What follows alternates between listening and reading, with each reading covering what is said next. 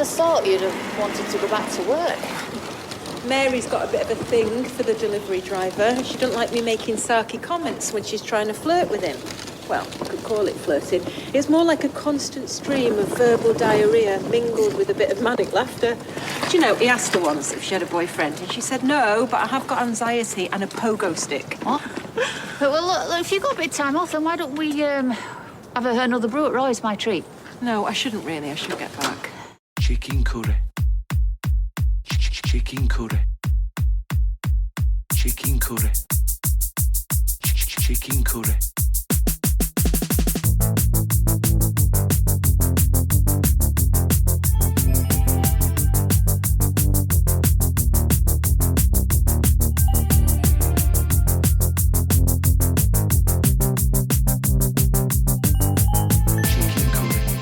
Hello and welcome to episode 213 of the Talk of the Street, an unofficial Coronation Street catch-up podcast that isn't in the least bit surprised that out of the wealth of cuisine from India, from Vindaloo, Balti, Madras, Rogan Josh and Tandoori, Kev thinks Abby's favourite is a good old-fashioned chicken curry. I'm Gavin.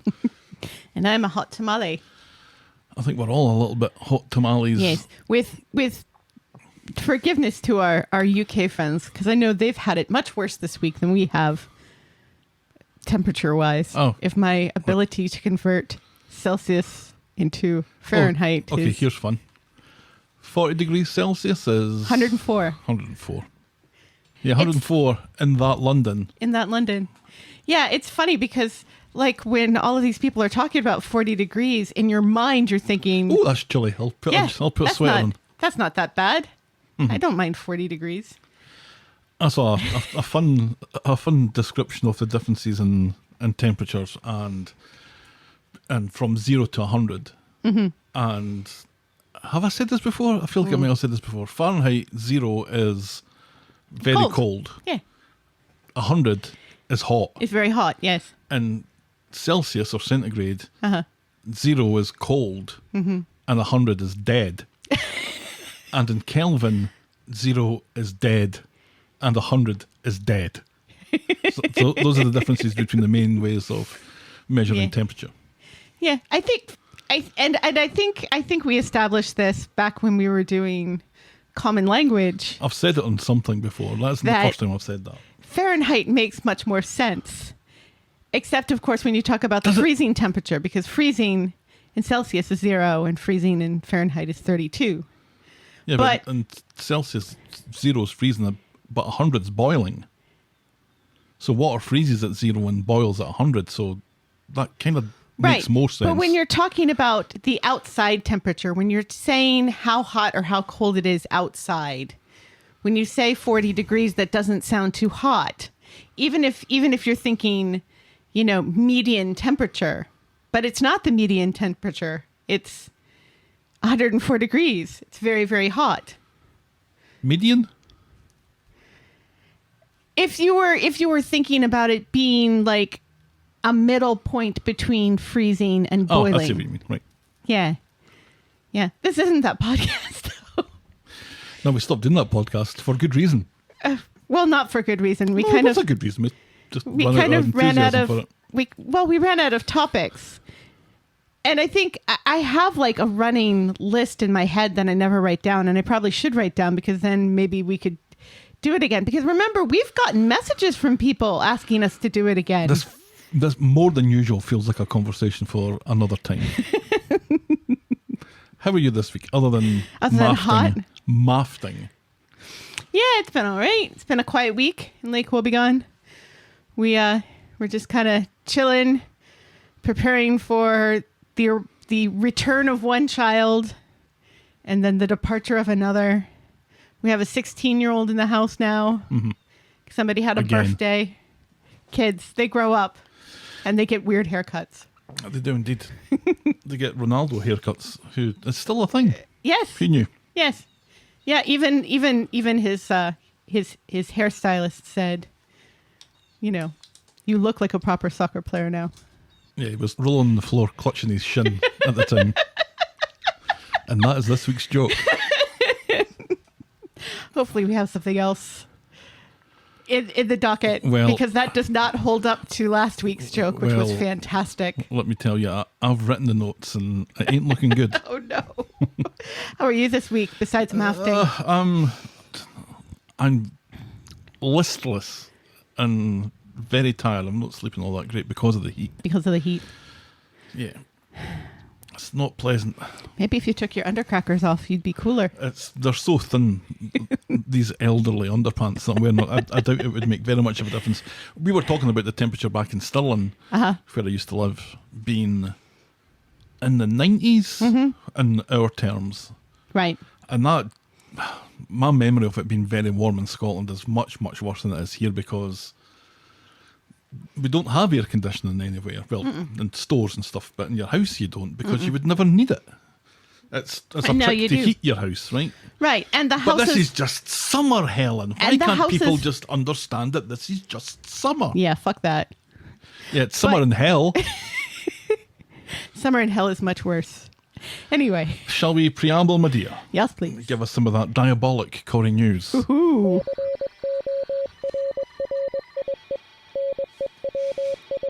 Now, there's a lot to cover here. Uh-oh. Wipe the sweat from my brow. Lord of mercy. I need some lemonade and a fan for my face. That's a southern accent.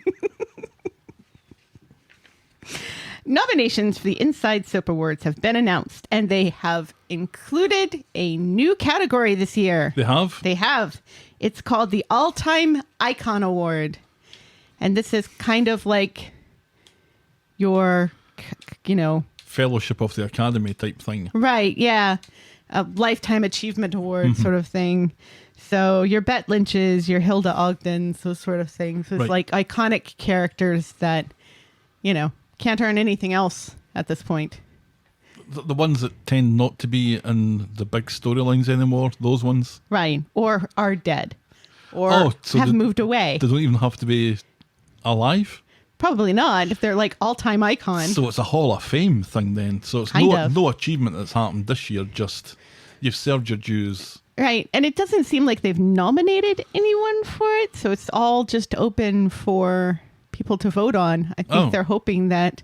So we could make hope if we got a campaign together. She's nominated for something already, which we will get to. Okay. And I'm hoping she wins. Although I'm sure her parents are not hoping that she wins. And we'll get to that. Oh. Corrie nominees include... This is for the Hall of Fame thing. No, this is all the other marbles after the all-time icons. So these are the regular nominees. Okay. Georgia Taylor, Millie Gibson, and Sally Carman for Best Actress. Right. No arguments from me there. They all did a great job this year. They all had major storylines this year. And, have been abused by the show this year. So they all deserve whatever's coming to them. As long as it's something good. Makes up for the abuse. Well, we'll see. David Nielsen, Michael Lavelle, and Mikey North for Best Actor. Okay. Mikey, I get. Mikey's been really pulling his weight this year. I love Roy, and I love David, but it doesn't feel like he was really involved in an awful lot this year. Hasn't had a huge amount to do. No. And Kev's just shouted Abby. Oh, Abby! They should be giving the all-time icon award to his jacket.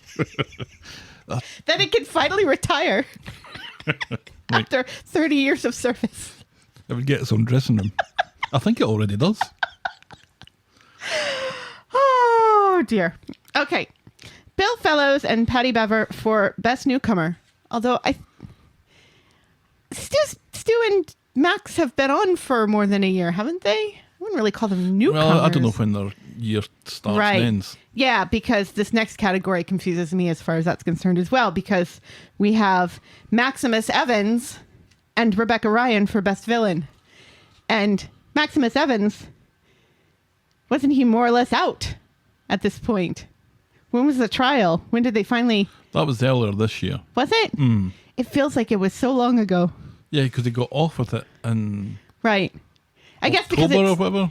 because the attack itself happened so long ago. That was last year. Right, yeah. All right, that makes more sense now if I think about it long So enough. it's a villainy award Right, primarily for being a nasty bit of work after the fact. right, and getting caught, finally, yes. Jimmy Harkinson and Maureen Lipman for Best Comedic Performance. No arguments there. No arguments from me at all. Maureen Lipman, as an aside here, has signed her contract, so we are getting more Evelyn in the future. Thank God. Thank God that's a tweet. Thank God, because Yeah. Fizz and Tyrone would just fall apart without her. I'm not sure where we would have been in some weeks without Evelyn. No, she's so necessary. Anyway, David Nielsen and Molly Gallagher, and Jamie Kenna and Alan Halsall for Best Double Act. This is the award given for the best couple who's not romantic.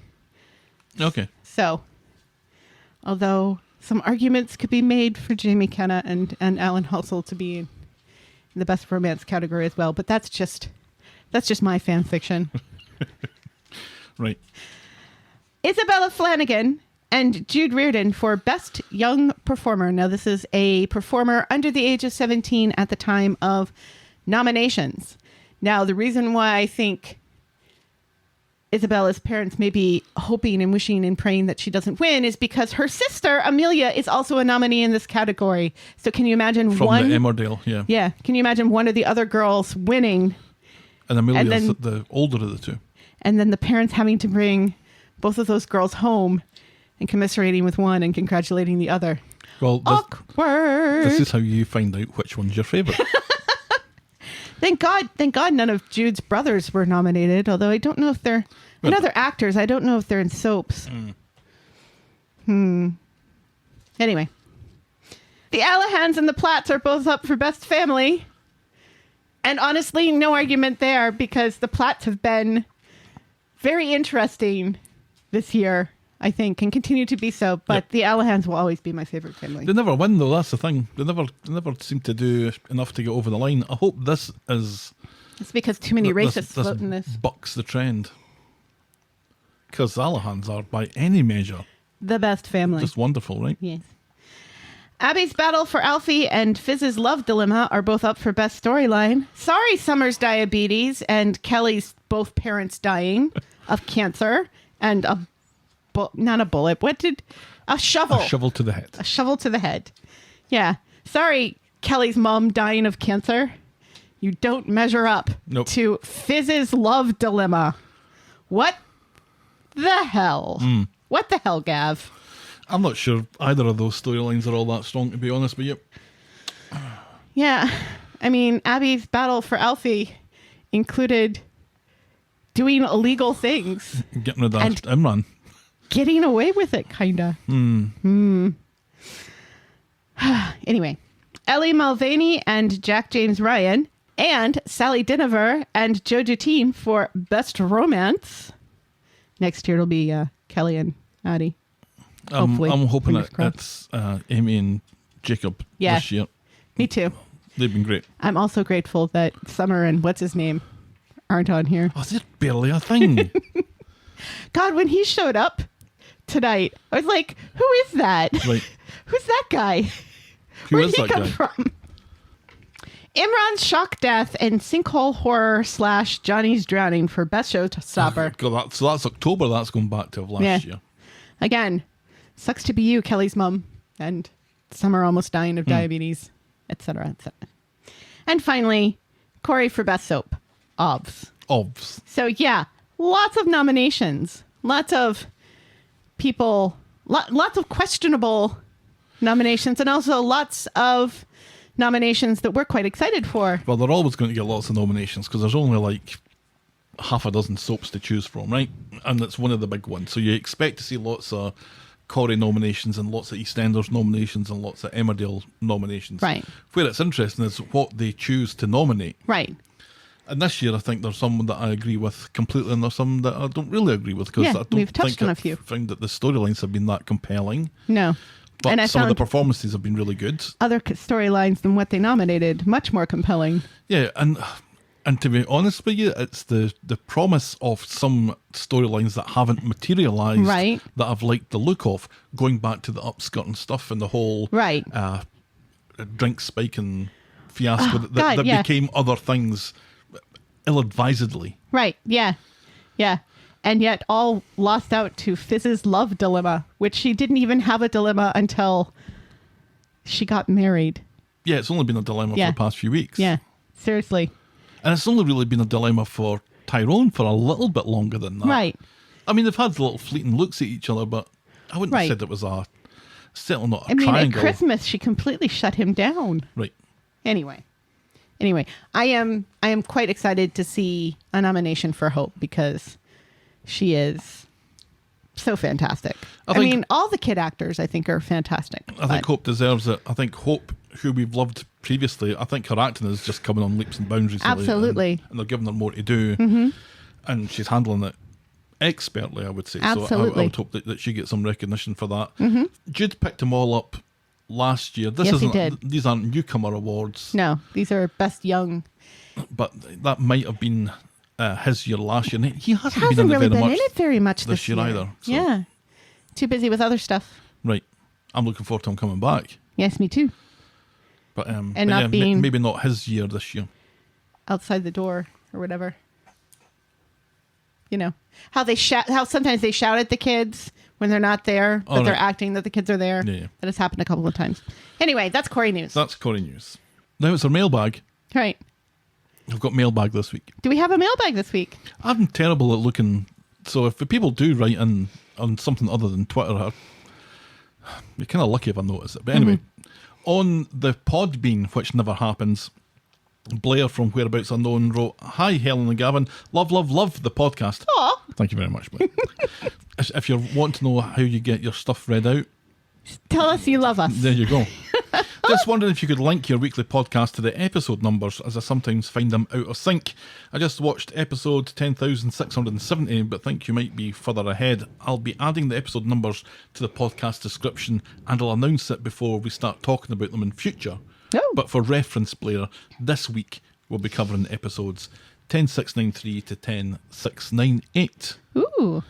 And- We're so technical now. And now we'll podcast for coffee. All right.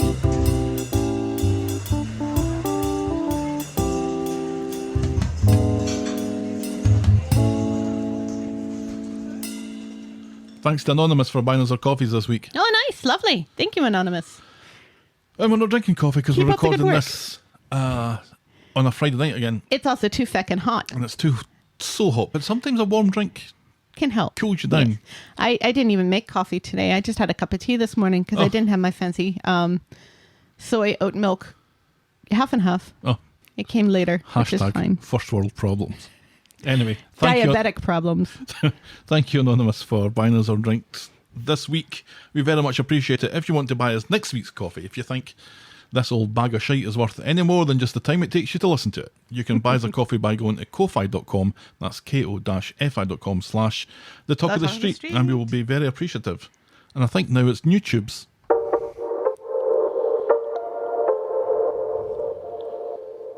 This is a section where we talk about what's new on our YouTube channel. There's the regular stuff. There's last week's podcast. There's last night's Corrie in under 4 minutes. And I'm afraid I have some bad news for you, Helen. Oh, no. There is no extra stuff this week, as I am so pissed off with YouTube that, Oh, no. that our plans for monetization have been crushed No. by Malcolm YouTube. Curse you, Malcolm. Curse you, Malcolm YouTube. Yeah, we won't be monetized. No, because of everybody's favorite segment, Corrie in under 4 minutes. I'm not sure if that is what's doing it. What's happened is that they won't monetize you, and it's not important that we get monetized, just to let you know that this is mostly done for a joke, right?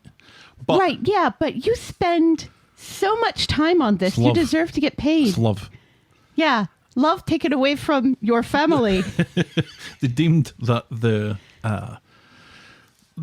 content wasn't transformed enough, but I think they're talking about the Corrie. superb cuts that I do of old classic Corrie storylines rather than the under 4 minutes, because by any measure those are transformed quite considerably, down from 44 minutes to under 4.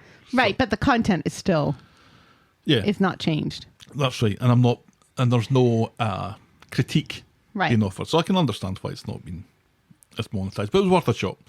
So anyway, if any of that tickles your fancy, you can head over to youtube.com/the Talk of the Street podcast, smash that subscribe button, and then complain about using owned content that, in your opinion, hasn't been transformed enough to that notification bell. And now, This.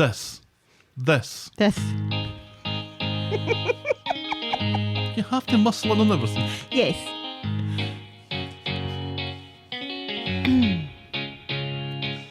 Welcome. Oh, welcome to Last Year Tonight with me, John Oliver. Just enough time to quickly talk about particularly hairy Kiwi. Oh, this was Dev's balls. These were Dev's balls. Dev's balls, everybody. That's right. Dev's balls. This was Dev's Scuddy calendar and the fruit bowl that was covering his unmentionables. Showed a particularly hairy kiwi. I was Gavin and you were Team USA. USA. Why? It was the start of the Tokyo Olympics. Oh, it was. The greased guy from Tonga was still your favourite. Yes. He was masked up, but still greased to the max. And still just massive. This was the first week I used the GTA-style storyline cards as the YouTube thumbnail. I got several million brownie points by accompanying you back to the movies for the first time to see some Marvel shite or other. I think it was Black Widow. You went to see Black Widow with me. What do you think I said? No, I'm agreeing with you. You went with me, and that's the last time you went to a Marvel thing. That's right. Camilla must never be queen. Yes. It's the week of the Nuddy calendar We shoot. still agree on that. And Curtis removes himself for a fake dental appointment, but is yet to learn that you can't go anywhere in the street without being seen. Right? With construction work over budget and behind schedule, Billy finds his position as Archdeacon of the Cobbles untenable, much to Todd's horror. Oliver's death is still playing on Nick's mind when Natasha announces she's off to that London for a week and leaves him in charge of Sam and his posters. Natasha. Poor Natasha. Miss her. Michael is the only character on the show who fails to recognise that Grace still has the hots for him. Thanks to Imran, Laura lands a cleaning job at the factory but spends most of her time arranging meetings with reporters. Fizz attracts the attention of the new suitor from the furniture thing, that's Phill, and soon she's being swept off her feet, leaving Hope to use the potential of two daddies to wind everyone else up. Toy gets promoted because, sure, that was a year ago. What have you done, Toya, in the last year? Murdered her husband. And tried to steal a baby. Sold any knickers? No? Have worthy promotion then. Kirk probably doesn't smell. Don't call Tyrone mate. And our moment of the week was Dev and Addy checking out the Kiwi, and our boring moment of the week was Kirk and Chesney being too Kirk and Chesney. And that was Coronation Street and the Talk of the Street. This time last year. What happened to Chesney? Stop asking that, you. Gemma was there. Gemma's been on, but no Chesney. Constantly footering about with her boobs. She's stuffing crisps in there. She's pulling crisps out. Mersey Tart spotted, I think, that she was stuffing tissue paper into her bra. Right, because it was probably very hot. She's trying to you mop think that's up. to absorb? Absorb the sweat, yes. All women do that. And all women keep things in their boobs. I've kept things in my boobs. Don't you just keep boobs in your boobs? I've kept money in there. I'm too old to be learning these things. Shall we dive in, my dear? Yes, please. Episodes, by the way, this is just for you, Blair. 10693 to 698. That's what we're going to be talking about. Nice. Our first storyline this evening. Nice. Debbie Downer. On Monday, Michael and James are alive and checking on Ed in hospital, who is also alive and will be, electricity pun coming up, discharged in a couple of days. Aggie's still fuming and will be seeing that Debbie later to have a word with her. Meanwhile, Debbie and Ronnie are in the bistro office. Debbie is trying to free up some money for the incoming Compo claim. Ray Weinstein, as well as not getting the safety checks done, also cancelled their liability insurance, too busy raping people. Ronnie insists... And she's just caught this now. Ronnie insists that Ed and Aggie will be reasonable about this. And I think that they are being reasonable. I think they are being reasonable in demanding everything that they deserve for this. Well, we'll get to exactly how much they're demanding shortly. Yes. So, they go and visit Ed, and Debbie offers them $5,000 in compensations. $5,000 enough? No. Oh. Fuck no. which is what Aggie says. Yeah. Ed is going to be off of work for weeks, and she's already had a word with Adam, who thinks that they have a cast iron case. Yeah. She throws a check back in Debbie's face, and Debbie explains, that's all she's got. You better lawyer up then, says Aggie. Yeah. Back at the office, Ronnie looks on the bright side, saying that they're still willing to listen. That's the Baileys, that is. And maybe she should offer 20, 30,000. Yeah. Wow. Yeah. That's a lot of money. Ed's going to be out of work for quite some time. And also, compensation and pain and suffering. I would say also medical bills, but No, that's all they taken don't care have to worry about that. of. Right. She's just lucky she didn't accidentally electrocute someone in America. Right. Thankfully, though, they're all socialist in the United Kingdom, and that's not a problem. He offers to lend her the money. Ronnie offers to help Right, yes. Debbie out and lend her the money while she's trying to free it up. She thanks him, but this is her shit show, and she'll sort it out. He goes to test the waters as far as Aggie's golden number is concerned. That's how much money she's won. Right, yeah. Not how many people she's, Is Debbie that what meets you call it? your golden number? Your golden number? Seems like that's what it could be called. I don't think I I've think ever it's heard magic anyone. number, isn't it? I think that's what people call it. I thought 3 was the magic number. As much as that. God, and I said there would be no jokes here. We're talking about people we've slept with, not husbands. Oh. Debbie meets with the accountant, who apparently has been trying to warn her for months about this stuff. Their debts far exceed what their properties are worth. They won't get a loan from the bank because of that, and their only options are to sell a share in the bistro, which she doesn't want to do, No. or declare herself bankrupt, Which she she certainly doesn't want to do. Fuck that, says Debbie. Yes. Ronnie's getting short shrift from Aggie at the hospital, but Ed announces that, he just wants a quiet life and he's going to go into that house deal with Ronnie after all. What? No. Says Aggie. She thinks that they're both mad, but Ed thinks that this will allow him to keep an eye on his brother. Back at the bistro, Ronnie is as high as a kite. He has some good news for Debbie, and he announces that his investment with Ed is on, and he's now the proud owner of a piece of shit land. Debbie, who was clearly about to hit him up for the money after all, Right. can't hide her disappointment, Right. She swallows very hard. and he doesn't notice. No, of course not. He's looking straight at her. He doesn't notice. No. She looks like this, Yeah. which is a great thing to do for a podcast. Yeah. He doesn't notice that. Gav looks exactly like Debbie just now. That's exactly the Right. face she made. Wait. Do it again. All right, I'll post that later. Now remember, when you see that, that's the face that Debbie pulls that Ed doesn't notice. Ronnie. Ed doesn't notice it either. That's because it's not Merely there. because he's not there. On Wednesday, in the Rovers, Debbie offers to buy Ed and Aggie a drink, but there's only one thing that they want from Debbie. She insists Money. that it's been sorted out as they speak because Ed now has been discharged as promised. He no longer has those gloves on his hands. Right, and his hair settled down again. Yeah, just like yours. And he's got sleeves on his shirt now.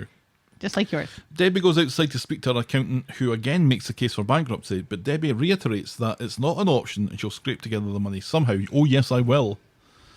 Debbie goes round to see the Baileys and offers 30,000, but it's going to take me a little bit to pull it together. Money's been tight after COVID and stuff. Yeah, I wouldn't know anything about that, says Ed.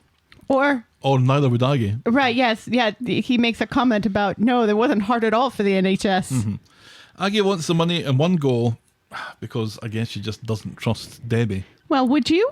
She wants all the money in one go and she wants it in 2 weeks. Debbie's cup starts to rattle on its saucer. She smiles and agrees and pretends that everything's fine while she's pulling that face again. Right. And that's as far as we get with that storyline this week. Poor Debbie. Isn't there another scene where she's talking to Ronnie about tea? There is, but nothing really came of that, so I didn't bother writing Well, it down. to me, it was a really interesting scene because she's talking about how she's got all these really fancy teas there at the bistro. And then when she was sitting in Aggie's house drinking Aggie's tea, which was just run-of-the-mill. Supermarket special. Right. It tasted just the same. I thought there was an interesting metaphor in that. And she was coming to some conclusions about herself and self-worth and it not being related to money or owning businesses and everything else. No, I cut that out to save time, funnily enough. Right. And yet here we are. Yes. So that's as far as that storyline goes this week. Yeah. Poor Debbie. Poor Is Debbie. it poor Debbie? Look, I get that Ray Weinstein really put her in the shaft. I get it. Put her in the shaft. But she knew it was a snake when she picked it up. She did. She knew what he was like. So she shouldn't be shocked that when she picked him up, he bit her. She was that person as well, let's not forget. She was quite happy to shaft everyone else in the street. Absolutely. She was giving everybody the shaft. Including her brother. Including her brother. And I don't even know if that's legal or not. It's not recommended. No. Unless you're, royalty. No. No unless. No unless. But she's had quite some time to figure out that Ray had canceled the liability insurance. Because that's been over a year now that he's been put away. Well, whose job is it to do that? Is it her job, or is it the manager of the hotel's job, or... She's the big boss. She needs to be keeping tabs on all of these things. She needs to be aware. She's responsible, certainly the buck stops there, but I think you'd be looking for some assistant from your management team to help you. That's just what I think. The buck stops here. The buck definitely As does stop Harry there. Truman famously said and had written on his desk. And John Candy. Right, but he got it from Harry Truman. The Uncle Buck stops here. Right, yeah. Making massive pancakes. Good pancakes. Big, massive pancakes. That's like the one thing I remember from Uncle Buck. So Ronnie and Ed going into business together. Right. Building houses. Yeah. Seems that Paul's a bit of the brains behind that, realising that they could actually squeeze 4 houses in there if they moved something to the middle. Right, yeah. And it's nice that Paul is being treated as an equal and as a smart person. Is Aggie wise to be hesitant about this? Yes. Yeah. Yes. It's gambling especially again, especially since just last week in another storyline, another character said it's bad to go into business with family. It's never wise to go into business with family. Mm-hmm. And she may have said it in a different storyline, but that doesn't make it any less true in this storyline. She obviously doesn't count herself in that. No. No. But she's not wrong. No. All right, then. Let's move on to the next storyline, which is Wendy Flamin Poppadopolus Crozier. On Monday, Abby and Wendy are in speed dial. Wendy's plucking up the courage to speak with Ken and avoid Tracy at the same time. Mm-hmm. She explains the lay of the land to Abby, how she had a fling with Ken, Tracy's never forgiven her, how it all got a bit nasty, and she lied to Deirdre about how serious she and Ken were. She's also worried about what Deirdre's going to think when she sees her. No need to worry about that, says Abby. She's been dead for 18 years. She dead. She long dead. So Abby inexplicably manages to distract Tracy and lead her away from the street by dragging her to Nina's Rolls for a catch-up coffee. And this lets Wendy sneak onto the street on her tiptoes and knock on Ken's door. And you'll never guess what Ken says when he opens the door. What? What? Surprise, she says. Hiya! She asks to come in, and after some consideration, he agrees and lets her. He seems worried that she's going to try and shag him again. She apologises for everything though. Ken thought they made their peace with this years ago, but she's sorry that she can't apologise to Deirdre for making her doubt what she meant to Ken, and he insists that Deirdre knew about that. Out of everyone in his life, and they had their ups and downs or whatever, Deirdre and him were pretty much soulmates. Tracy's coming back from Nina's Rolls just as Wendy's leaving the house, and Tracy goes ballistic. What is it she calls her a frumpet? Or a trumpet? No, not a trumpet. Huh. A frump? A trollop. She calls her a trollop. Yes. T for trollop, Yes. apparently. Sure. Used to be T for toy in the ABC books that I got, but T for trollop these days. Oh, T for train. Ken tells her to wind her neck in, and he says goodbye to Wendy, suspecting that their paths will never cross again. You know what that means? Their paths will cross again. That's what the narrator thinks, yep. Later, there's a lovely wee scene between Ken and Tracy. He's a bit maudlin thinking about Deirdre. He never loved anyone the way that he loved her. And her picture's right behind him. Right. And it was wonderful to be loved back, he says. Yes. The bit I'm watching in classic Corrie at the moment, they do not love each other. Back at Wendy's, she's grateful to Abby for her distraction techniques. She feels at peace now that the guilt has been cast aside. But she has a wee look on her face that makes her seem like maybe she still thinks that she has some unfinished business in Ken's underwear. And that's as far as we get with that this week. Good Lord. Didn't she? She looked kind of... Now, I I didn't admit think that so. I apparently am very bad at reading Faces? Wendy Crozier's face and coming up with reasonable translations of that. She seemed, she's to me, she seemed genuinely at peace. Like she and Ken had their say, and that, you know. The camera lingered on her a bit, and while there wasn't a 2-second smile fade or anything like it, Right. I think she it's seemed just. to be kind of considering something I think it's just the camera lingering now that her Because- husband's dead and Deirdre's dead. because Maybe she's going to get some. no, please Maybe that's what's going to happen. no, because isn't Claudia coming back? I don't know. I don't read the spoilers. Officially, as far as this podcast is concerned, I don't read the spoilers. It's not really a spoiler though, saying a character's coming back. It's not Yeah. saying what she's doing when she comes back. I think it spoils it. It spoils the surprise of her coming back. I don't really want to think about what goes on in Ken's Undercrackers. Thank you very much. Now, do you think they will go doggy style, or do you think that... What did I just say? Oh, sorry. Neither one of them have the knees for that anymore, Broom. Seriously. I've opened up Pandora's box. And Better Ken's than- underwear. On Friday, Jack asks Kev for a hand with his levers presentation. Oh, Kev seems... and he's dressed like Mr. Rogers. He is a little bit. Kev seems unreasonably grumpy about this as he's tidying the house for Abby and Wendy Flamin Crozier. But he promises to help at lunchtime. He promises to help At lunchtime. Later we see Abby, she's going in to see Kev without Wendy. Wendy's, I don't know, off shagging Ken or something. Giving them time to Right. speak together. And tells him that she has a green light to move back in next week. This calls for a celebration, says Kev, and he announces that he's going to make her favourite lunch. Chicken curry. What about my project? Says Jack, who's Scottish all of a sudden. Fuck you, screams Kev, and fuck your stupid project. And Jack runs away like a 28-year-old. And Abby offers to help, but it's too little too late for Jack's nose Jack. has been put out of joint by this. Well, and it's not necessarily wrongly out of joint. No, it's not at all. Kev is a jackass to his own child. I don't know why he's so furious at him. Right.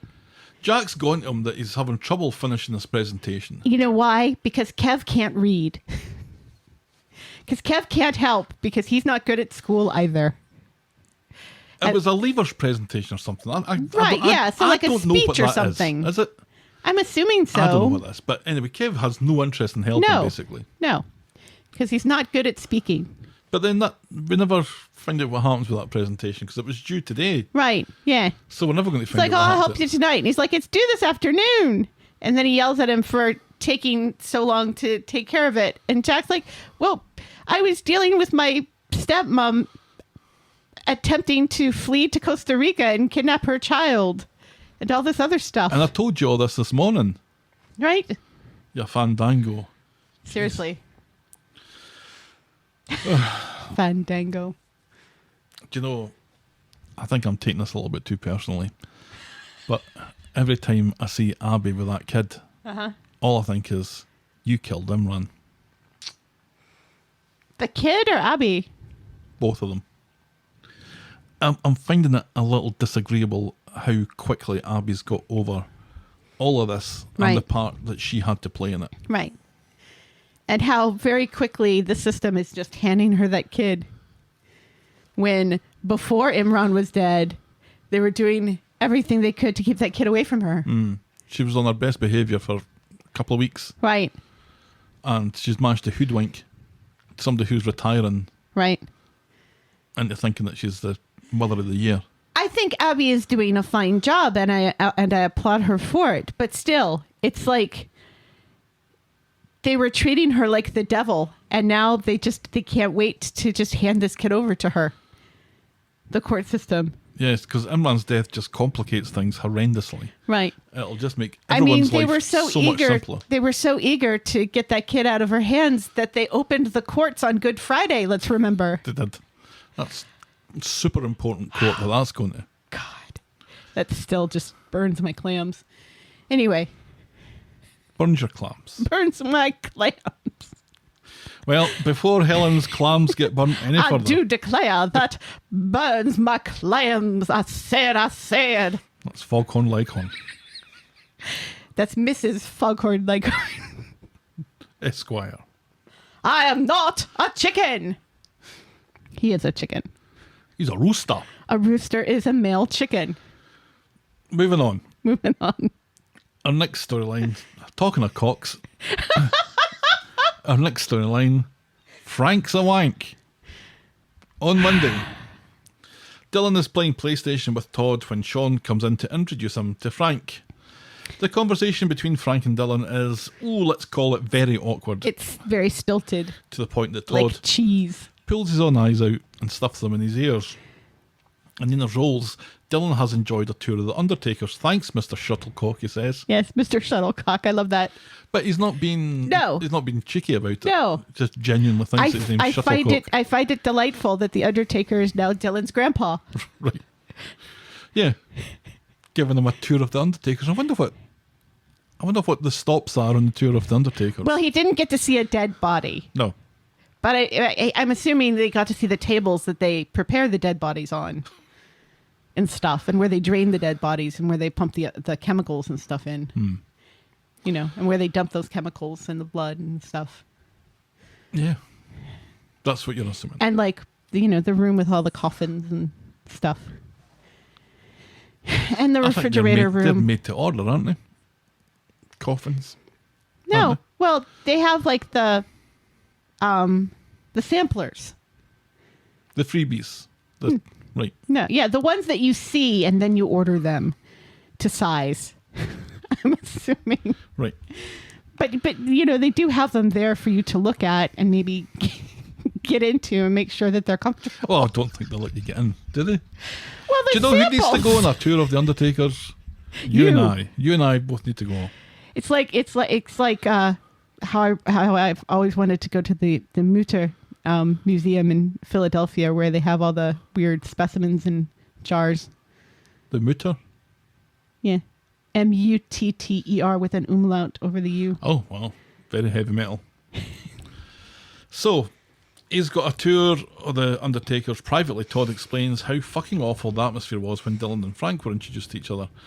The Undertaker gives Frank the benefit of the doubt, remarking that maybe he needs time to warm to the idea. It's not everybody who really likes kids, says the Undertaker. Right, and again, when you're in a relationship with someone, you don't think about the fact that they have kids maybe right away, because you don't know necessarily if this relationship's going to work out. Right. Although you were the opposite of awkward when you met the kids. You went swinging on the swings. We did. In the park. And we threw stones into the ocean. I would have been swinging on the swings anyway. Todd thinks that there's more to it than that. Frank just simply wasn't interested. Meanwhile, Sean and Frank are in the bistro when Frank suggests a cheeky wee holiday. Sean is excited and reckons that Dylan will be too. Yeah, well, about that, says Frank, and he was thinking it was just going to be the two of them. What teenage boy wants to go on a romantic break with two homosexual menfolk? And Sean bites his lip, but not for that reason, although it is unclear why. Back home, Sean tells Todd and George about his upcoming holiday, which will be sans Dylan because they're waiting until he goes back to his mum. Todd thinks this is Frank's work, but Sean insists not. George pretends that he's happy for Sean and forces Todd to do the same. And it's ridiculous because when you take a kid that age on vacation, like you do a few things together and then you go back to the hotel and they fuck off to the arcade or whatever and give you your time. Right. Yeah, I'd much rather travel with teenagers than babies. On Wednesday... Less diaper changing. One would hope. Sean and Dylan have a football game to go to, and Frank appears like a bad smell. He's taken some time off to spend with Sean, and is disappointed that Sean's already got plans. So Sean tells him to come along and watch Dylan play, and reluctantly Frank decides to tag along. After the game, poor Dylan is limping home after a crunching tackle. And when Sean goes to get ice from Devs, Frank has a go at Dylan for being a wuss during the game and calls him a coward. He tells Dylan to man up. If he was Dylan's dad, he'd be fucking ashamed. And this last bit is overheard by a returning Sean. Yeah. caught in the act. And I was rather quite easily. And I was rather shocked by this because he didn't seem like this kind of person ever in what we've seen of him. But then again, we haven't really seen him with kids. But he hasn't seemed like a bully until George said he used to be a bully. Right. Up until that point, he seemed fine. And even then, he seemed fine. Wait, he hummed a song kind of in George's hearing, only he didn't know George was within his hearing. That's it. Has he done anything else? He shouted at that person in the street, but that was from the gangs in New York, apparently. Oh, you didn't watch that. I keep remembering. Did he shout, "I'm walking here"? Because that's not gangs in New York. That's Midnight Cowboy. Yeah, "I'm walking here." Bam, bam, bam on the taxi cab. Which was ad-libbed. Yeah. The taxi did really nearly knock down Dustin Hoffman. Right. Should have been going a bit faster. And what a world it would have been. Well, somebody else would have had to been Tootsie. After everything that he and Frank have had to go through as gaming, Sean can't believe that this is how Frank wants to behave. Frank tells Sean to cry him a river, so Sean tells Frank to have a nice life, and he and Dylan go inside and leave Frank standing on the doorstep. Inside, Sean is sorry for not listening to George, and George is his typical magnanimous self and goes to get everyone a chippy tea, giving it 5 minutes so that Frank isn't still standing on the doorstep waiting for his spare trainers and fancy moisturiser. Right, because the Undertaker is everybody's grandpa now. Right. Grandpa and dad. I love it. I love this family that Eileen has now. Somehow. Yeah. Don't know where Mary was. She was busy flirting with the new delivery man or something who asked her if she had a boyfriend, and she said no, but I have anxiety and a pogo stick. When did that happen? Was that this week? Yes.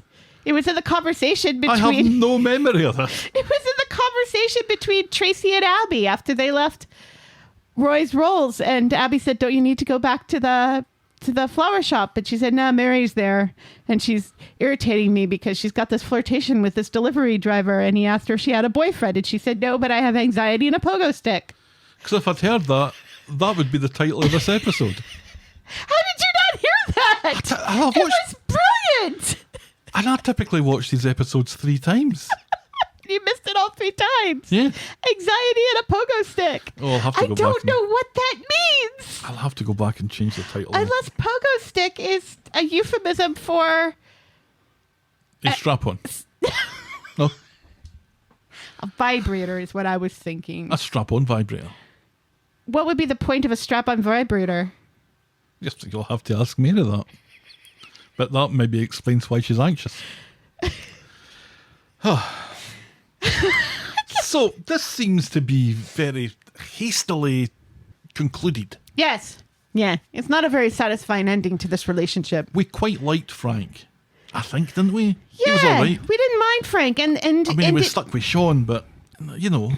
But it seemed like he was not the guy that the Undertaker knew in school. It seemed like he had grown up and was much better. And then all of a sudden, this time when he's confronted about what he says to Dylan, he says the Georgie Porgy thing. And it's like, wait a second. Oh, and it's the way that he said Georgie Porgy as well. Oh, yeah. It was just... That was offensive. Through gritted teeth, and he spat it, basically, didn't he? Georgie Porgy. Yeah, that was horrible. So... any ambiguity is just completely removed from that with the way that he said that. And, you know, I would have liked a little bit more because it was an excellent point, and it was made even more excellent by the shock that I felt of the fact that it was coming out of Sean's mouth. How, as gay men, they've had to put up with this their whole lives. Mm-hmm. Why would they do it to other people? Right. You know? I felt like, oh, that's quite interesting. And it's a quite introspective thing for Sean to say. And then I can't even remember what Frank's response was to that, but it was barely... Cry me a river. It was Cry Me a River. But it was barely anything. It was a cliche. It was a Justin Timberlake song. And then, you know, nothing more is made of it. You know, Sean doesn't say it again or make mention of it again, you know, and Dylan doesn't make mention of it again when later on they're in a room with yet another gay man. Right. You know, who could, in theory, commiserate to that. Yeah, I mean, I'm kind of I'm kind of thankful that we didn't stretch the story out longer by having, I don't know, Frank worming his way into Sean, because it looked like he was getting that way with the whole Sean's making excuses for him about the holiday thing. Right. So Sean's going to start to become this kind of Two-faced whipped guy and just buckle to anything that Frank wants. And some further gaslighting. And Yeah. I kind of would have enjoyed that. Not enjoyed. Enjoyed is kind of...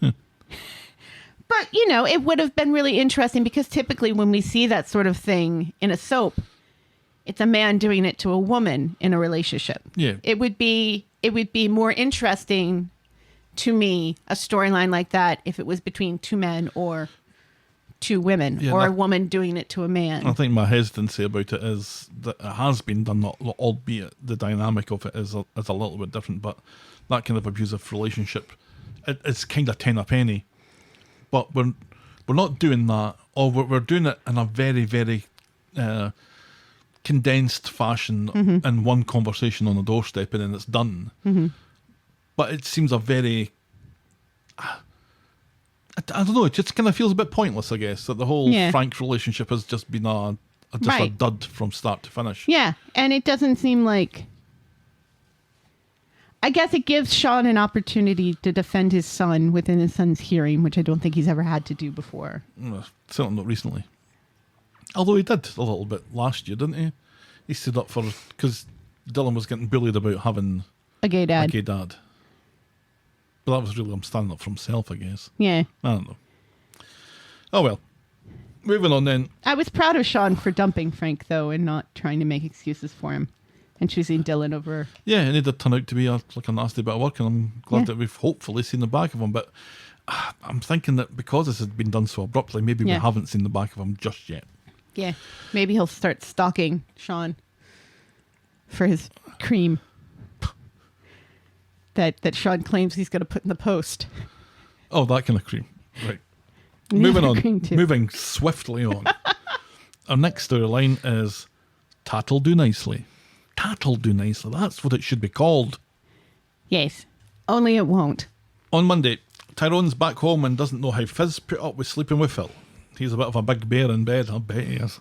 Tyrone, unfortunately, didn't manage to bring up the annulment, so there's no real progress in that part of the storyline. I really wish we'd gotten to see more of their honeymoon together. I could have lived with just seeing that for the entire week. Yeah, Just the two of please. them. Ty worries that the therapist will think the situation between him and Phill is weird. It is weird, says Fizz. At the therapist, she asks why they're there. Fizz explains that they're recently back together and don't want to make the mistakes of the past. So the therapist wants to talk about those mistakes, and Tyrone, whose idea this was, is oddly reluctant to share those details. Fine, repeat Groundhog Day. See if I care, says the therapist. So Ty is forced to explain about his affair with Alina. Fizz is a bit uncomfortable listening to this, which the therapist notices. It's hard to move on, says Fizz, with Alina's initial tattooed on Tyrone's leg, and the therapist's mouth drops open at this. And I'm like, oh, thank God. We haven't forgotten about this after all. Well, we knew we hadn't forgotten about it because we saw it last week. Yeah, but Fizzy's reaction to it... Right. This is... Maybe you should have thought of that before getting back together with this guy, Fizz. Right. Back home, the tattoo is mentioned again. No matter how much he tries to cover up, she knows it's still there. He says he'd get rid of it if he could. She says that she knows, and she delays talking about it more by noisily making a cup of tea. And doesn't mention that, you can get rid of that, can't you? Right. There's laser removal. See, my initial thought was to get another tattoo to cover it up as well. Get a better tattoo. We will get there. So, on Wednesday, Tyrone is tying his shoelaces, which shows off that bloody tattoo again. Mm-hmm. Fizz decides that she's going to have to get used to this permanent marking on his leg. She's heard from Phill, who wants to meet at Nina's Rolls later. So, at Nina's Rolls, Phill has decided to reenact when Harry met Sally and is faking an orgasm while Tim sits in the corner and orders whatever he's having. He apologises for his drama at the factory last week. Fizz lightens the mood by asking how the mini-moon was with Ty, and Phill mentions that judging by his film choices, Top Gun and Platoon, Ty likes a man in uniform. Well, who doesn't, says Fizz offhandedly. And this seems to give Phill some food for thought. Even though they didn't watch An Officer and a Gentleman. No. In the factory, Phill, who doesn't work at the factory, turns up there. Phill, says Fizz, you don't work at the factory. And with that, Phill puts on a sailor's cap, tells Fizz that he's going to take her up where she belongs. A captain's cap. And he goes to pick her up and puts his back out. Because he's not Richard Gere. And she is not. That's why I didn't say this part. Hold on. Is it, It's not Deborah Winger. Is it Demi Moore? No. People screaming at their transistor radios at the moment. Yes, they're transistor radios. It was Deborah Winger. Was it Deborah Winger? It was Deborah Winger. Well, I must have known it on some level. You must have. So anyway, this is all after he's apologised already for embarrassing her in front of her mates. Right. With the boombox shite. Right. He's just done the same again. Right, yeah. Because through that, Beth's just watching it going, what the fuck are you doing? So Fizz takes Phill to the medical centre where he tries and fails to have banter with the receptionist. Who's not Moira. No. I don't think Moira's ever coming back. No, she's not. And I think that's a shame. I don't. He loudly announces to the waiting room that they're newlyweds, and he complains about how people never talk to each other anymore. Phill really is Ross from Friends, circa season 6 onwards. Later, Phill realises that he's fucked up again, and he's not going to get Fizz back. Fizz says the big romantic gestures and stalking aren't really her thing either. And he says, stalking is nobody's thing, Phill. And he says, I wasn't stalking you. I'm married to you. You can stalk people you're married to, There Phill. you go. Phill thinks it's time to admit defeat, and he agrees to sign the forms for her tomorrow. Back home, Tyrone has a surprise for Fizz. He's got a new tattoo to cover up the old tattoo, and it's a tattoo of 80s TV chef Rusty Lee. Ty seems surprised to learn that tattoos can get removed these days. Let's talk about that tattoo for a second, shall we? I don't understand why it looks like Fizz in blackface, and it's supposed to be funny, and it's not. I don't know. I don't understand it. Well, the tattooist. And they're going to have to paint that on him every day. Well, not every day because he doesn't show off his leg every day. Well, But with these temperatures, he might be. I can understand why the tattoo artist, who doesn't exist, right? Right. Because this isn't a real tattoo. No. But I can understand why they would have to go that dark. They have to go black to basically cover up all the colour that's underneath it, because there's two flags underneath that. They have to go black. No, if they did like a base coat of white and then added shading over the base coat, they wouldn't have to go that dark. The only reason I say that is because a guy that I knew that had the Guns N' Roses tattoo, like the scroll, he ended up getting a panther over that because the tattoo artist said, I'm going to have to do something black to cover this up. Right. So, why not get Ruby tattooed on your leg? Ruby will always be in your life. mm-hmm. Well, Children will always be in your life. Your partner may not be. there's something else about this tattoo, though, that I think we have to talk about. Okay. The fact that it looks like A black woman. It looks like a black woman. It looks like Rusty Lee, the TV chef. And it looks like they have dreads.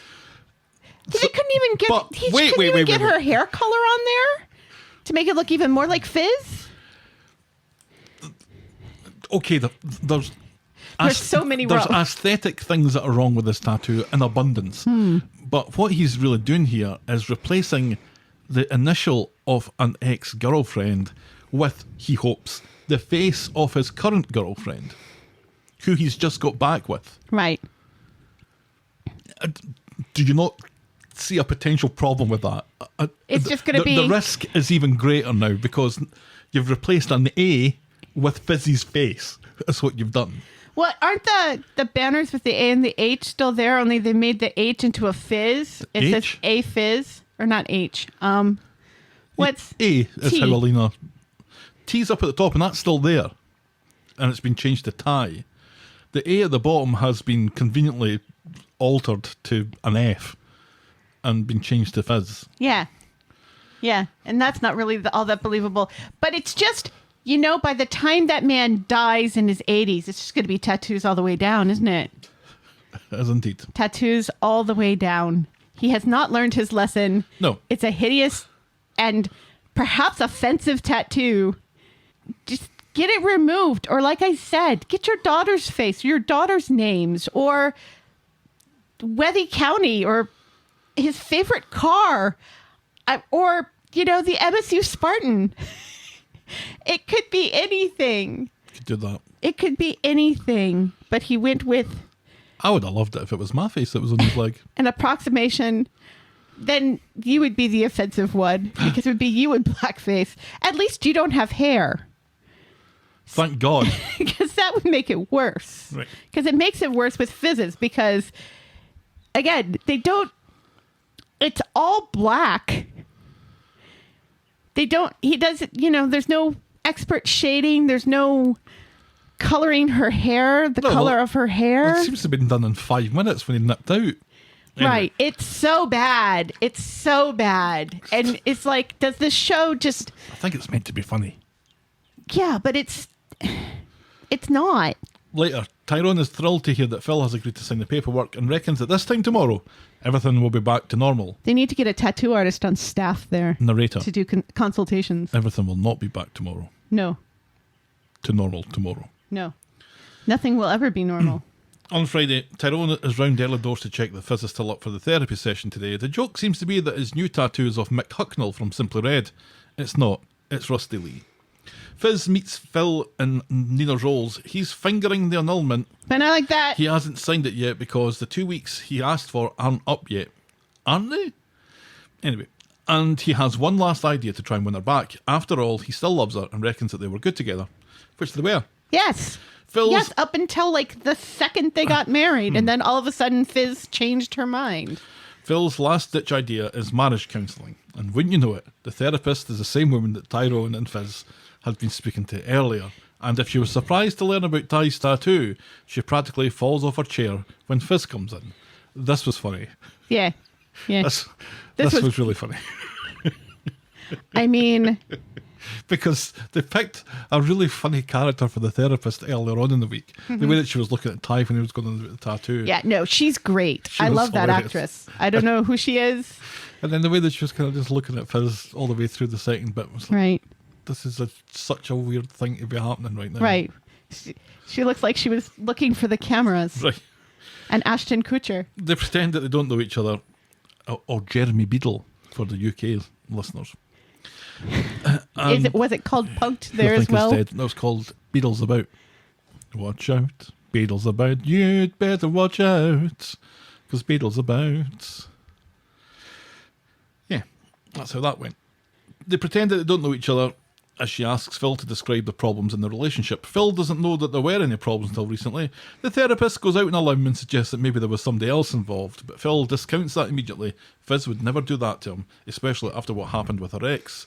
The therapist asks Fizz to tell the truth. And nothing but the truth, so help her God. So while Fizz and the therapist clutch at their collars, Fizz insists that she will never love Phill the way that he deserves, and doesn't tell him the truth. Fizz gets home and explains about the marriage counselling and it being the same therapist. However, Phill has once again agreed to sign the annulment forms. Then Evelyn bumps into Phill in the Rovers and gives him a hard time about the length of time it's taken them to sign the forms. It's not fair keeping everyone waiting. Everyone, says Phill. The girls, says Evelyn. And me. And Evelyn tells him that he's better off without Fizz, and this gives Phill a spur, except he can't find his bloody phone. So Ty and Fizz are in front of the therapist now, and she does not see the funny side of any of this. She points out that Fizz had the chance to tell Phill the truth and she didn't do it. It's not fair to lead him on like this, and you wasted his time and his money. Right. Then there's a knock at the door, and Phill just barges in looking for his phone. Hiya! Wait a fucking minute, he says. Don't I know you? And Fizz apologises, but Phill is hurt deep by this. His wife and his best mate. Fizz explains that the counselling is ahead of her relationship with Tyrone to see if they should even try again, but Phill isn't buying it and he storms off. And Ty says, wait a minute. Then we've got a really strange wee scene of Jack kicking a ball about in his backyard and he boots it in Evelyn's yard, yes, forcing her to make a reflex save. Evelyn tells Jack that he's lucky that she's mellowed, otherwise she'd have knifed that ball. Thank fuck she's your gran, Jack says to Ruby. I nearly ended up with her. What the fuck are you talking about, says Ruby. And then nothing. Yeah, nothing happens with that. Right, afterwards. I'm wondering if something's going to happen with that next week. Or if what happens with Ruby and Hope and Phill later has something to do with Ruby telling Hope about that and Hope Well, we never see that, do we? No. Inside, Evelyn has been brought up to speed. She wonders whose trousers fell down in front of the vicar because this is a carry-on farce of the first order. And she's not wrong. Fizz reckons that any hope she had of Phill signing the annulment is gone. Evelyn sends him out for a drink and to think of a plan B. And while they're doing that, her plan is to get Phill round. If you've just brought me here to talk me into signing the annulment, that's exactly why I brought you here, she says. You're a good guy, Phill, and you know in your heart that Fizz was on the rebound, as were you. And you know that Fizz still loves Ty. And Phill reluctantly kind of listens and agrees to this. I thought it was an interesting point, the whole rebound thing, because I don't think that's ever really Nobody's been mentioned that. addressed before now. And it kind of feels like something that maybe Fizz and Phill should have talked about and recognized before now.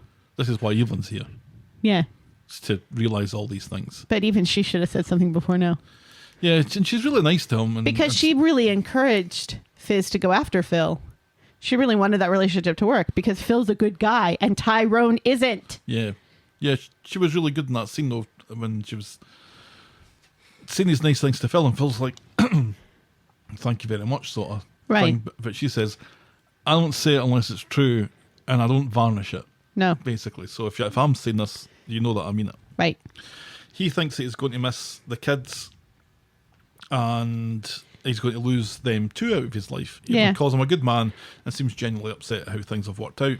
He reckons that he'll sign the forms now. Again. Right, yes. She goes to get the kids to say goodbye to him.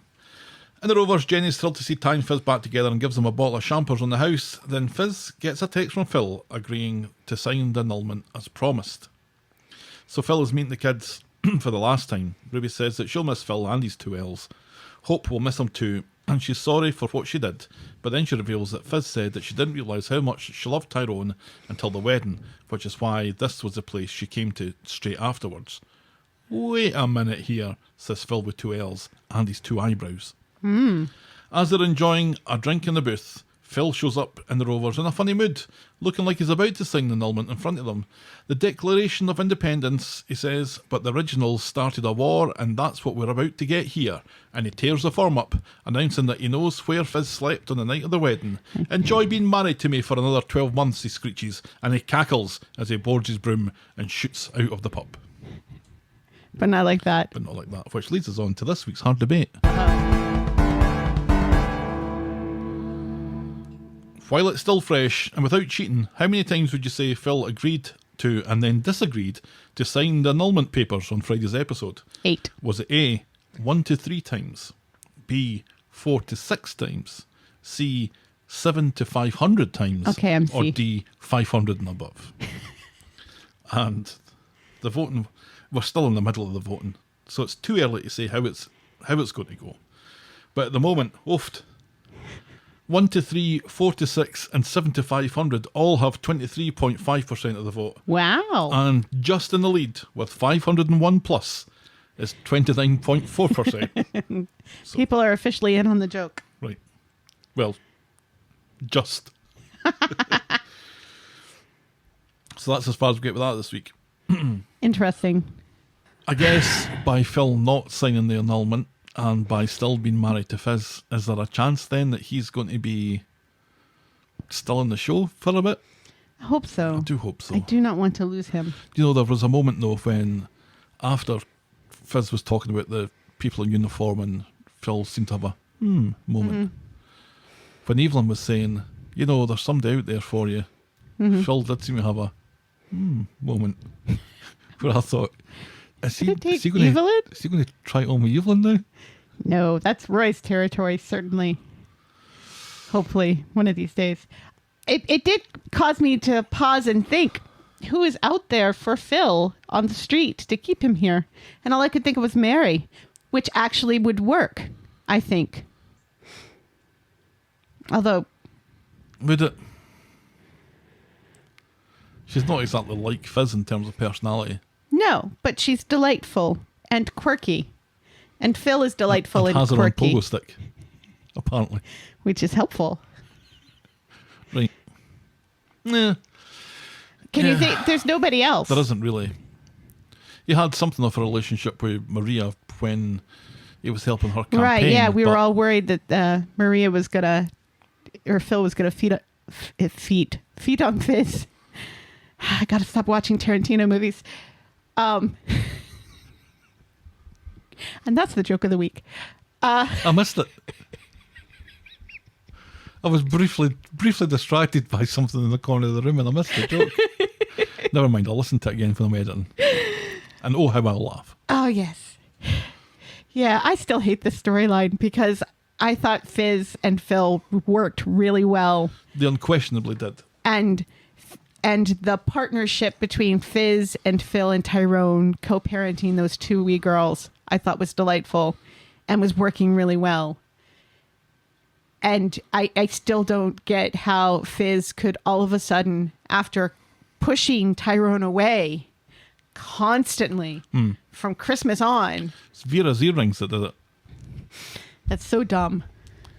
It really does do disservice to some of the great lines that Fizz was given in the lead up to that. Right. I can't trust you with my heart, she said. Right. And I thought that was brilliant. Yeah. What a great And line. true. I love you, but I can't trust you. Right. I love you, but I can't trust you with my heart. Whereas I can trust Phill. Phill will take care of my heart. Phill will take care of me. Phill will take care of the girls. Phill. Good old dependable Phill. And if his mum shows up every now and again, I'm quite happy about that too. I love Mimi. I'm sorry. Right. Yeah, no, it's fine. She's hilarious. It's fine. Yeah. She's a bit of comic relief. And we all need that in this day and age. Yeah, you're right. This whole quick turnaround really just stomps all over really mature, emotionally mature and wise things that Fizz has said. Yeah. Between Christmas and now. Because over the last couple of weeks, it's been played for laughs, more or less. Yeah. Even at And the it wedding, sucks. even the wedding was kind of played for laughs with the karaoke stuff. Right. And Hope's involvement and Right. trying to break it up and all that kind of malarkey. Right. It became very quickly a different type of storyline. Right. And I'm quite here for Phill being the kind of the bumbling in love kind of funny character, the Ross from Friends, in moderation. Right. Yeah. Because he was funny without that. And arguably he was funnier right before that. And the fact that we make a complete 180 from bumbling, heartbroken puppy to vengeance. Vengeance is mine. Right. Yeah. I am vengeance. Hear me roar. Rawr. Phill is Batman. So, because we saw that last week when Phill was kind of hangdog and everything and then turned on a dime and was quite threatening to Fizz when he said, this better not be about Tyrone because I swear to God, blah, blah, blah. It's like, whoa, where is this coming from? Mm-hmm. Where is this coming from? Either he is sweet and lovable and kind and generous, or he's got this weird dark streak. I don't think it has a weird dark streak. It can't be both. No, and I think we would have seen it before now. Right. Although, the again... closest we had was the book, but that was just an idea. Right.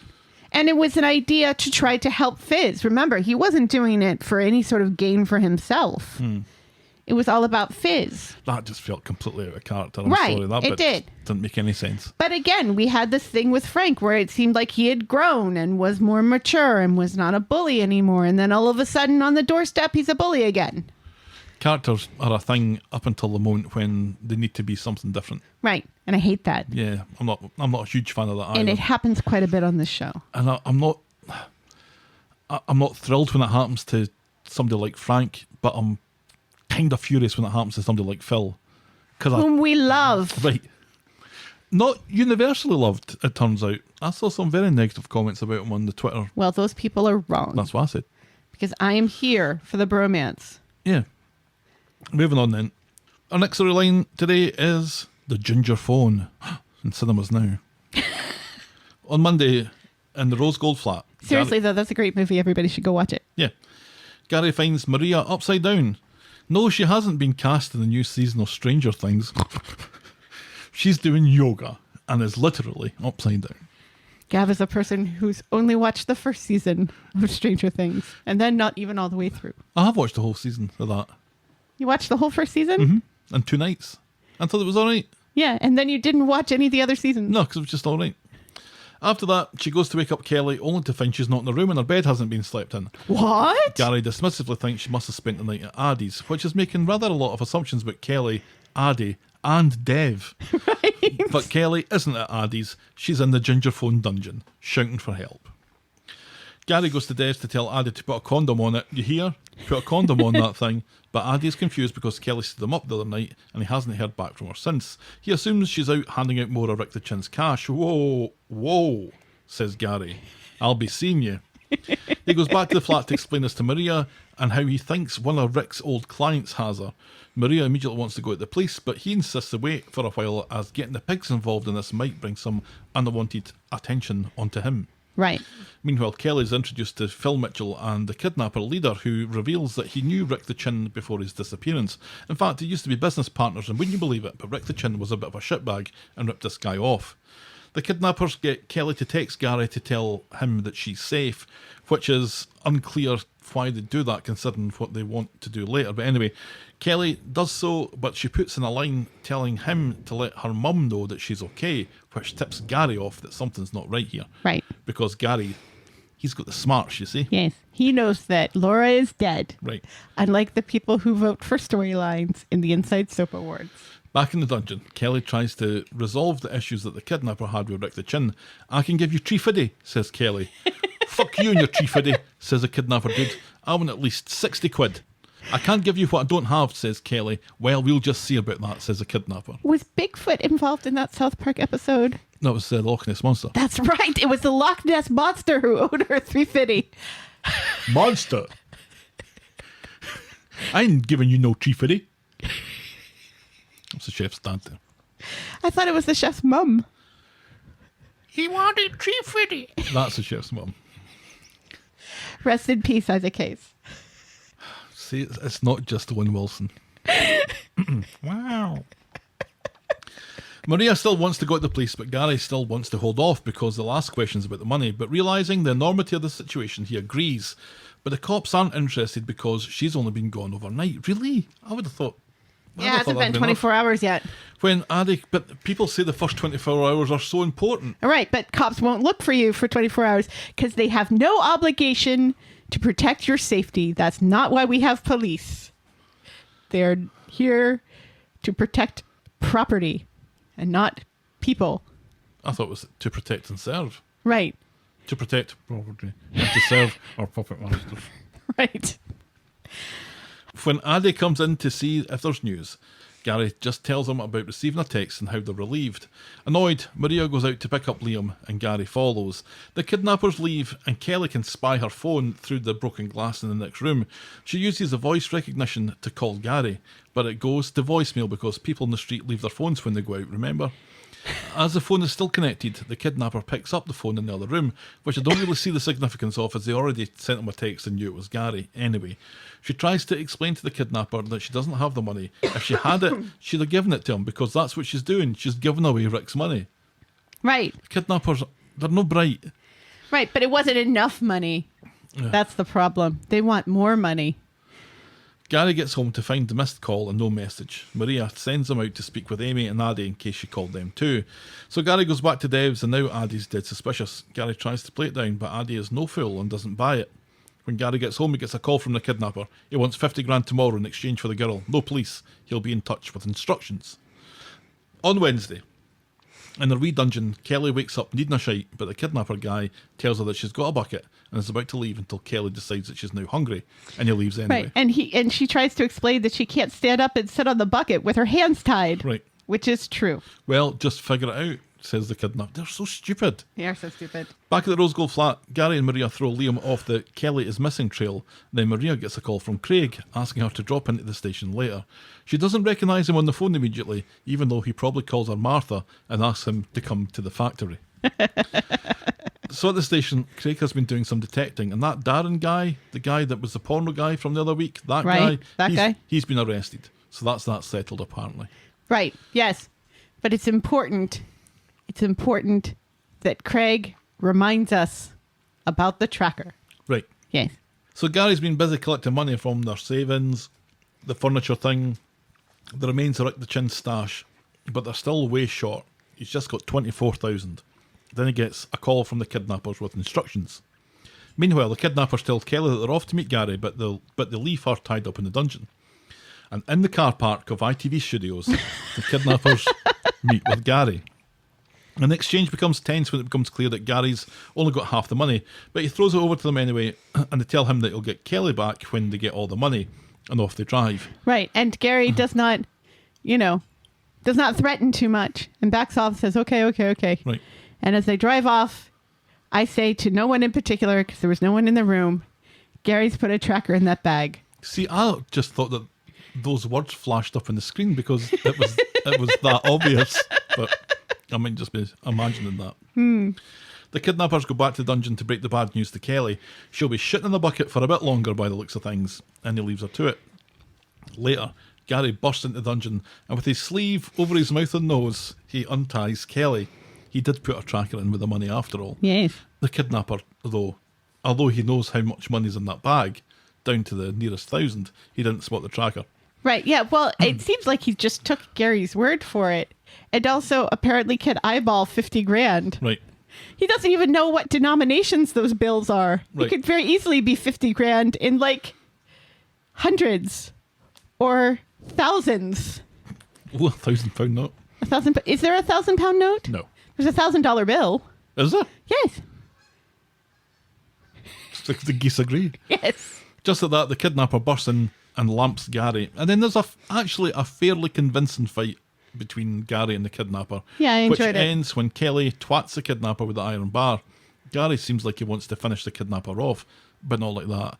But a horrified Kelly talks him out of it. She's not prepared to let him do something he'll regret. Yet, where is she every time he goes for a haircut?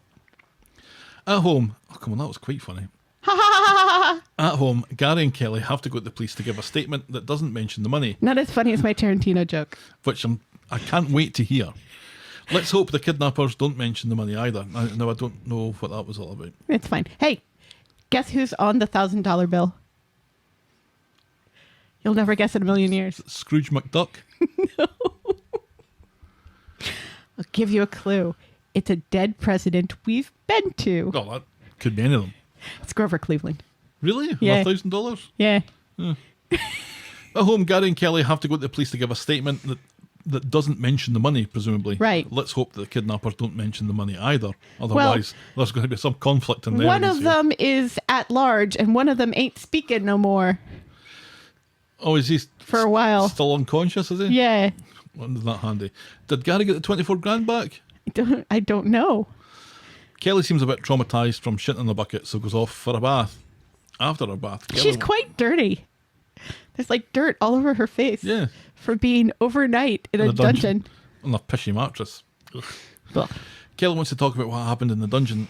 Gary says the world is better off with some people in it. No, Gary says the world is better without some people in it. She points out that she's 17, she's seen a guy kicked to death, her dad is dead, her mum is dead, and if Gary went to prison, where would that leave Jake, Liam, Zach, Bobby, Marvin, Stanley, or Jean-Pierre? Or her. She asks if he's ever lost it like that before. Never, he says. And David sticks his head round the door and coughs. That's exactly who I thought of first was David. I didn't think Rick the Chin. It was...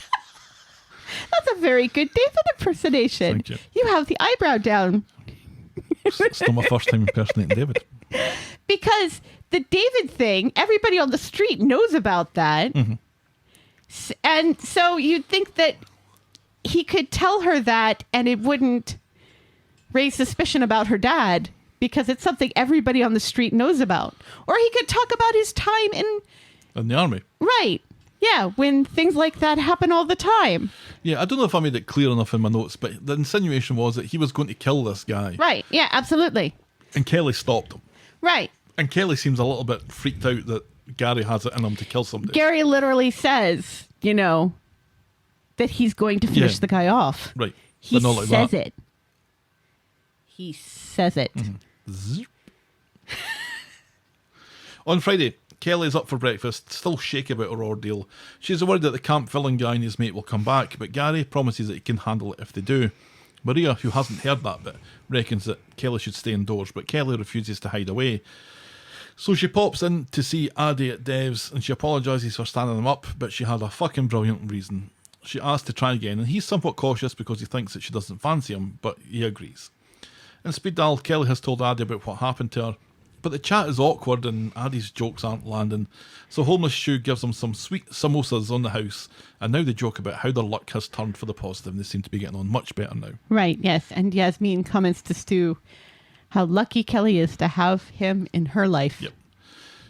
Which is a kind of dig at the storyline that we're about to talk about. Yes. Kelly goes home and is gently ribbed by Gary and Maria about her date with Addie. She refuses to kiss and tell and goes off to her room, hoping for a quiet life from now on. And that's Yes. as far as we get with and that. that's what she deserves. Right. Guess who's on the $5,000 bill? There's a $5,000 bill. That's got to be Scrooge McDuck. It's James Madison. We've been to his plantation. Who chooses these? Is it just like pick a number between 1 and 40 or whatever? Yeah. Until they're out of presidents. Right. Those aren't in circulation though. I'm sure some of them are in circulation. I'm sure that they're not used very I'm often. sure it's like a novelty. Can you imagine if you went to the QD with $5,000 to buy a coffee? Yeah, they would laugh in your face. Yes, they would tell you to go forth and multiply. They don't even want $100 bills. No, they don't want 50s there. Anyway, as much as American money is interesting, I'm sure. Yeah, Kelly and Addie together are delightful. I love it. It's so cute. Mm-hmm. And they both deserve the happiness of one another. I am all for this relationship. They better not fuck it up. This seems to have just snuck in there on the down low, because I didn't even think that Addie was that interested in her. I thought he had his heart still set on Summer. Well, Summer stepped all over that heart and didn't deserve him. Too much hard work. Well, that's what Summer is. Too much hard work. That's right. He'd rather be with Kelly, whose parents are both dead, and who My kingdom for an orphan. Who witnessed someone getting stomped to death, etc., etc., etc. So He much stood easier by than her Summer. through all that, though. Yes. He stood by her. He believed her. Yeah. He was very supportive. He got his dad to let her stay there. Remember? Yeah, he has been a good friend to her. Yeah. It's nice that that's developed. Yeah, and the it's, two of them do look very good together, and they They do. bounce off each other very nicely. and they're delightful kids. Both their characters and the actors themselves. Now, how did you rate the kidnapping in terms of crime drama? Well, I mean, we've joked about, the black phone and how terrifying that was. Yeah, And indeed it was. This, on the other hand, why do they make villains camp? I expected a vicar to walk in and the kidnapper's pants to fall down. Right. Why did they make villains camp? Because he started to make. Now, if you don't give us the money, then you don't get your girl back. And then they made like a noise. So like, what? Why are you doing that? It was gross. Yeah. It was really gross. It's like someone said that they were disappointed that Gary and Kelly weren't included in the best romance category. I'm like, Oh no. Ah! It's like, you think in your mind, I hope they meant Maria and just typed Kelly. Yeah. Yeah, let's Because hope so. that's not the show we're watching. No. Whoa! I hope that's, no, I don't want to see that. And it's a shame because they know how to make good villains. But then again, even the genuine bad guys who murder people. Ray Weinstein was camp. And Maximus's character, ITV Corey, was camp. Was Even he? his name was camp. It was a bit. ITV Stefan was a bit camp as well. Oh, ITV Stefan was very camp. The way he walked in a door. The way he entered rooms was Yes. camp as get out. You Gay hate to Mick. see him go, but you love to watch him leave Gay Mick, obviously. and enter. Oh, God. My kingdom for Gay Mick to come back. I loved that guy. They don't have to be gay, but they have No. to be camp, it seems. Yeah. So slightly less threatening so that people will watch. Oh, maybe. Those kids who assaulted Kelly, they weren't camp. They were No. terrifying. Teenagers are terrifying anyway. Yeah. I don't know. Yeah, I think it's because, I've watched enough things with genuine bad guys who are not camp. Although, I have to say, the grabber was a bit camp. Yeah. I think there's a happy medium to be struck between dragging things out too long and rushing things through. Yeah, this and felt again, rushed. I felt it rushed through. Yeah, she was only gone for a night. There's no peril. No. I didn't really think. Not really. What do they get out of killing her? They don't get anything out of killing her. No, they really don't get anything out of kidnapping her because it's not like Rick the Chin is gonna pop out of the grave and say, "Oi, here's your money. Give me my daughter back." They did so many strange things. And the way that they talked about him being missing, and the way they said it, sounded like they knew he was dead. Sounded like they killed him. Right, which we know they didn't. And then the fact that we have the skinny one and the fat one. Mm-hmm. They're both bald, obviously. Right, yeah, obviously. That was the send Gary a text so he doesn't worry about you. Mm-hmm. But then I'm going to phone him in 5 minutes and tell him that I've kidnapped you. Right, and to bring me money. Right, well, what's the point in texting him then? Right, yeah. What was that even all about? It was so that Kelly could warn Gary that she had been kidnapped. Right, clearly, but still. And then that meeting... Lazy writing. And that meeting in ITV Studios car park as well was just... There was I think it was CGI'd. I think somebody had photoshopped a skip or a dumpster into the parking lot to make it look like it wasn't really a parking lot, like it was a bit of waste ground or something. But there were houses right behind it. It didn't look like waste ground at all, even with a skip there. And the way the kidnappers, they pulled in, and then when they were leaving, instead of backing up, they drove around Gary's van. Right. Why? And they did it in daylight. And, Right. And they didn't cover their faces. And out in the open. And they didn't cover up the number plate on the... No. It was just all very, very stupid. Yes. Let's move on then to our penultimate story. Just a couple of scenes about homeless, daughterless Stu. On Friday, at Speed Dial, Z is down in the dumps because his mates... He has mates, all right? He has mates. They're all going to Greece. Homeless Stu is happy to cover for him while he's away, so Z appreciates this, and Homeless Stu appreciates everything that Z's family has done for him. But at this point, Zeedan isn't listening anymore. Yasmeen catches wind of Homeless Stu's kindness and wonders if it would be a good idea to renew his search for Bridget, his daughter. Homeless Stu insists that ship has sailed, and Bridget is far better off without him. And later, Yasmeen is on her laptop in a restaurant doing some detective work to track down Homeless Stu's daughter. Zeedan knows that Homeless Stu wants us left alone and hopes that Yasmeen knows what she's doing. That's all that happens in that. Yeah. So, Yasmeen, out of the goodness of her heart, is going to make Homeless Stu's life worse. Right. Because Homeless Stu isn't going to be happy about this. No. The daughter's not going to be happy about this. He's going to threaten to leave. Are we going to It's find gonna the be daughter? very Do you think? awkward. We've given her a name now, so I think the chances We've got to find her. Right. It's the internet age. You can find anybody. Mm-hmm. Or anything, indeed. Yeah. I was looking for a Penelope Cruz movie, and I found it on a dodgy Russian messenger site.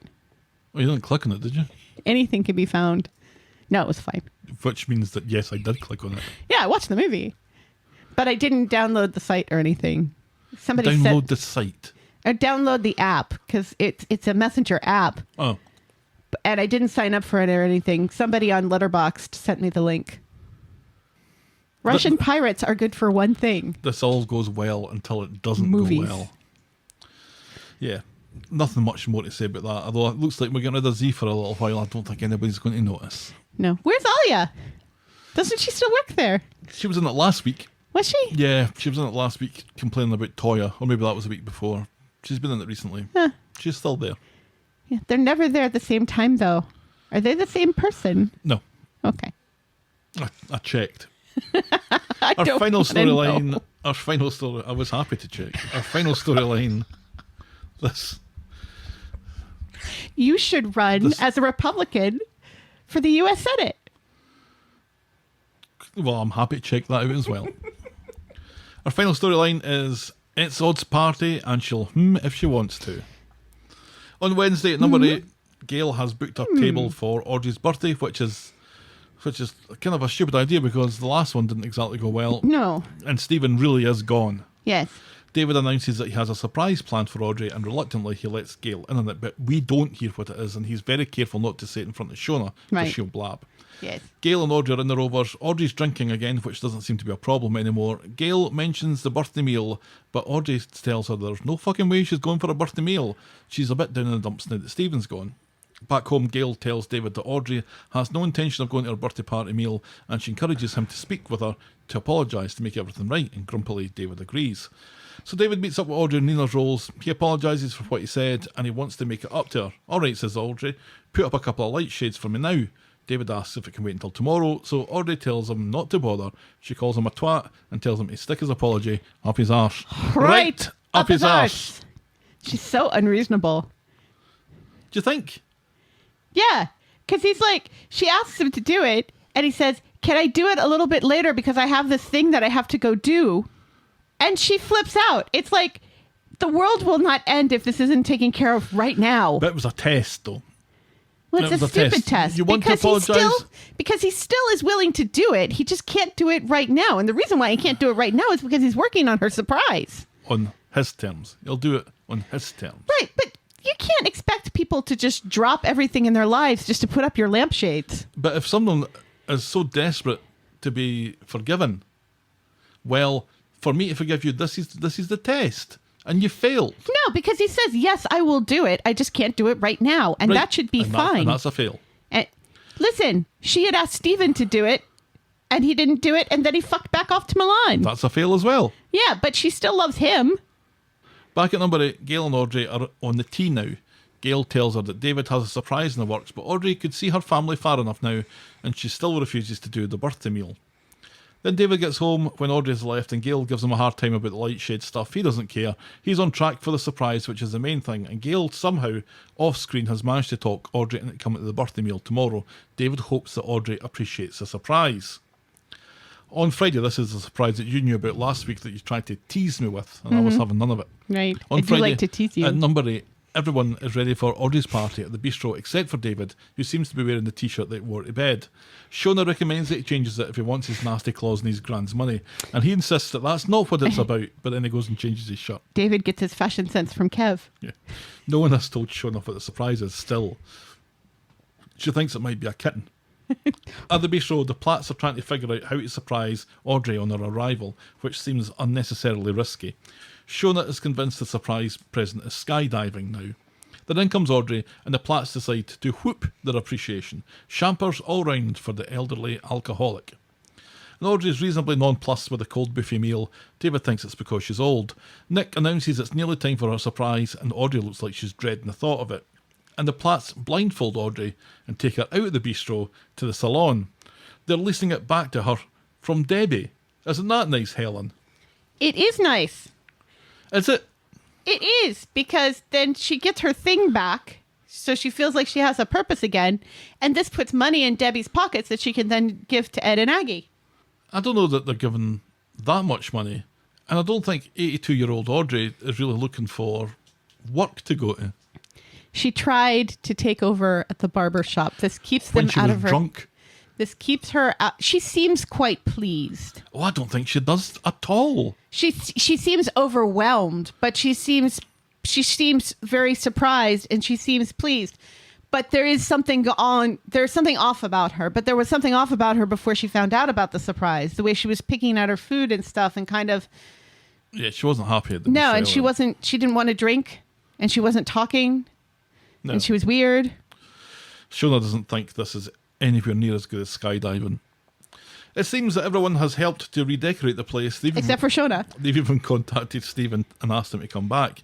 Audrey says it was a lovely gesture, and then she makes her excuses and leaves. And when she walks out the door, she has this massive sigh and just looks up at the heavens as if, like, yeah, she's found the whole thing overwhelming, I think.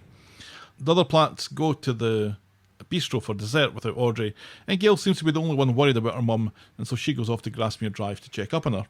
Later, Gail gets back to number 8. She's drawn a blank at Grasmere Drive because Audrey's not answering her phone, so Gail tries it again, and this time Audrey does answer, but she doesn't sound herself. She's saying that she's at home and she's safe and sound, and she just nipped out for milk. And she hangs up, and Gail looks concerned, and then we see that Audrey's actually in a hospital bed. It's Audrey's turn to be the one that goes into hospital this week. Right, yes, because Ed's out now. A doctor comes to see her. She needs to stay in for observation and have a psychiatric evaluation. Audrey says this is ridiculous because it was just a silly mistake. The doctor also wants to speak to her next of kin. Audrey says she doesn't have any, and says that if she did, she wouldn't be wanting to tell them anyway because it was just a simple mistake. Right. The doctor says the number of sleeping pills that she took would suggest It otherwise. was not a mistake. And that's how we end this week's episodes, on a bit of a So Audrey tear tried. the rug from under us here with that ending. Yes. So Audrey Seemed to have tried to kill herself. attempted to die by suicide. Yeah. Oh, poor Audrey. 82. The way she looks so lonely and confused in that bed. Oh, it was heartbreaking. It was heartbreaking. It was absolutely heartbreaking. And just the way she said, the way she's talking to Gail saying, oh, I just nipped out for some milk. Well, they're going to figure out that she didn't just nip out for some milk because she's going to be in that bed for a while. The fragility in her voice as she was speaking to Gail. Right. And Gail was kind of parroting it back to her a little bit. Right. When she was going, oh, hello, Gail. Oh, hello. And the two of them really sounded. Right. Both of them kind of confused and right. a bit dazed and stuff. And the way she caught her mom in the lie, saying, no, I was just there and you weren't there. And then Audrey has to come up with another lie. Mm-hmm. And it doesn't seem like Gail quite believes her. But she wants to believe her because the alternative is potentially so much worse. Well, I think the question is, I think they probably think that she's just been drinking because that's what she does. But I think we draw conclusions or we draw comparisons between this and the Aiden suicide from 2018, which was our first episode of this, was that week. And there was kind of questions about whether this was foreshadowed enough or at all. And certainly in the lead up to that episode, there were some signs of it that Aiden was in the room but not in the room, kind of thing. Right. Here we have a far longer period of runway that's leading up to this bit. You the whole cataract stuff that's been going on, and the denial of that, and the operations and that, and the nagging from the daughter who has become the mother, and the family who don't seem to trust her judgment or take her word for things anymore. For good reason. For good reason, but internally, it's like these people don't trust me and they don't listen to me. The whole alcoholism thing, the car crash and stuff, the fact that she feels that her life has been taken away from her and the responsibilities have been taken away from her and decisions have been taken away from her, to the fact that they've chased her shining light, her Stephen has been chased out of town literally by her family. When he was looking for an exit, let's be honest. Well, the talk is that he might be coming back. Right, yeah. So we'll see. I'm frustrated because just like with Toya and Imran, we're not getting the whole story here. We know she's taken a lot of pills. How was she found, was my question. Right. How was she found? When did she take those pills? Because let's remember, she was not herself throughout that whole meal. So it kind of felt like she had taken them already. Right. And that maybe she didn't get home. That something happened to her between the salon and home. That she collapsed on the street or something. But we don't know. All we know is she took too many sleeping pills at some point in that day. Well, I'm okay with not knowing that right now. I expect to find out next week the answers to those questions, and if we don't find out the answers to those questions, then I think it steals something from the story, not filling those bits and pieces in. But yeah, we don't know the Toya thing because drama, I think. We don't know the sleeping pill thing because a timing issue or oversight. Right. I'm not sure which. But yeah, we don't know that. But I guess we have plenty of examples to look back to and say, well, this is what has led Audrey to this point. If that indeed is what happened, she says that it was just an accident. The doctor's not for believing it because of the toxology and because how many she took. Right, and from her demeanour, it seems that that's not really a believable story. No, either. So it does seem at the moment like it was a deliberate act. Yeah, which is heartbreaking for somebody at that age to be so out of options and feel so alone in the world. It's not surprising. It's heartbreaking, but it's not surprising because it seems like that's the time of your life when you do feel the most useless and like your family would be better off without you and you have nothing left to really continue to go on for. So I'm sure the suicide rate for the elderly is quite high. And that's not even including people, that's not even including euthanasia, people who are dying already who just don't want to suffer for an extended period of time and choose. I don't know if it feels, I don't know if this is crass or not. You can tell me. I don't know if it feels like it's Audrey feels that her family is better off without her. It's that she feels that she's better off without her family. No, because I don't think that that's the case because of what she says about I have no next of kin, and even if I did, I wouldn't want to put them through this. I think Audrey's frustration with the way everybody's been treating her, and everybody's been treating her for the most part, except for maybe David, and even David for the most part, as if, you know, she doesn't want their help. They keep trying to help her, and she doesn't want her help because she wants to continue to be independent. And she's recognizing the fact that she can't be independent anymore, and she does not want to be a burden. She's pushing people away because she doesn't want to be a burden to them. Yeah, I don't know if that's that. I'm pretty sure it is. I don't know if she doesn't want to be a burden or if she doesn't want people to interfere. And I think she feels that they're interfering. Well, she thinks they're interfering because she wants to believe that she can still be independent. And these people won't let her prove it. Right. Because let's remember, she gets very upset when they don't give her something to do. Like she's gotten upset before when somebody asks Gail to do something for them and Gail can't do it. And the person's like, oh, well, I guess I can't do this. And Audrey's like, I'm right here. I can help. Why wouldn't you believe that I can do this? Right. Like, I think that's the reason why that one time she was babysitting Sam is because Nick asked Gail to do it and Gail couldn't do it. And Nick was like, oh, well, I'm not going to be able to do this thing. And Audrey's like, no, I'll watch him. I can watch him. Are you sure, Gran? Yes, that's fine. I don't think she would make this attempt if she just wanted to get away from her family. You know, she would move. She would go somewhere. Because that doesn't, because I think it's grounded in recognizing that she's not able to do the things that she was able to do before and not wanting to be a burden. See, I don't think that she's accepted that yet. I don't think she's aware of that. I think she's aware of it. I don't think she wants anybody else to be aware of it, but I think she's aware of it. Regardless, it's heartbreaking. And I thought this was just going to be a elderly alcoholism storyline.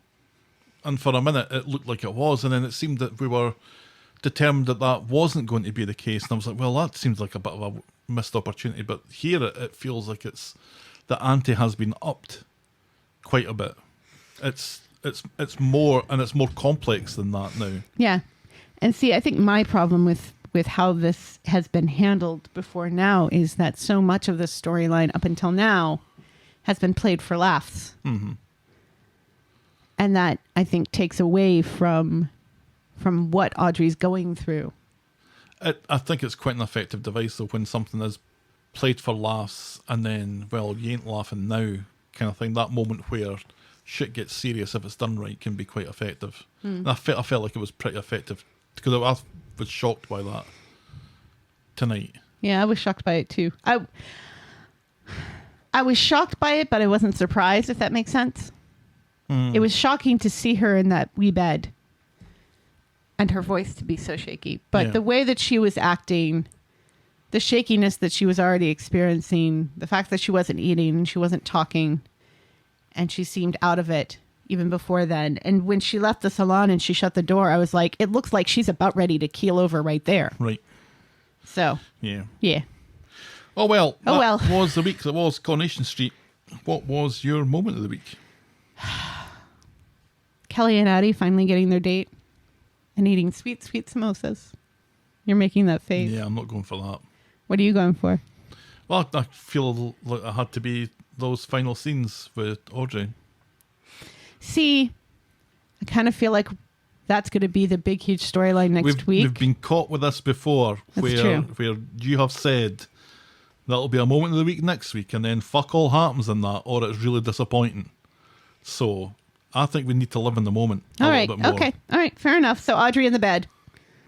Well, Audrey in the bed saying that she went out for milk. a seemingly suicidal Audrey in hospital after an overdose is shocking, and is our Moment of the week.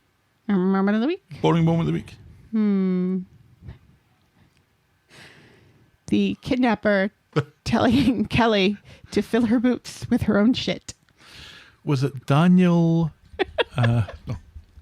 I thought it might have been Kev's fury at Pure Jack's assignment. Oh, yeah. That's because It was so pointless. So it was pointless. pointless fury. Yeah. Yeah. Fair enough. Kev is our boring moment of the week. Boring moment of the week. Yeah. I think that moment when Audrey says, I have no next of kin. And even if I did, I wouldn't want to put them through this. I think that was the oofty moment for me in that scene. It's just that actually, I don't have any next of kin, actually. Okay, you just ruined it. Need to work on my audio That's impression, though. Too soon. Too soon, Broom. Too soon. I thought I was giving that a really good go. Too soon. Okay. If you thought that was too soon, write in to let me know. We're the talkofthestreet@gmail.com, and we're at Corrie Podcast on Twitter, Facebook and Instagram. You can shout me and Helen a coffee by heading to ko-fi.com. That's ko-fi.com/the talk of the street. Check out the clicky section of voggle.co.uk for links to our merch store and YouTube channel. And if you're so inclined, please leave a rating and a review on the iTunes or your podcast provider of choice. Thanks for making it to the end of another episode, and we will be back next week with more Talk of the street. The Talk of the Street. Bye. Cheerio.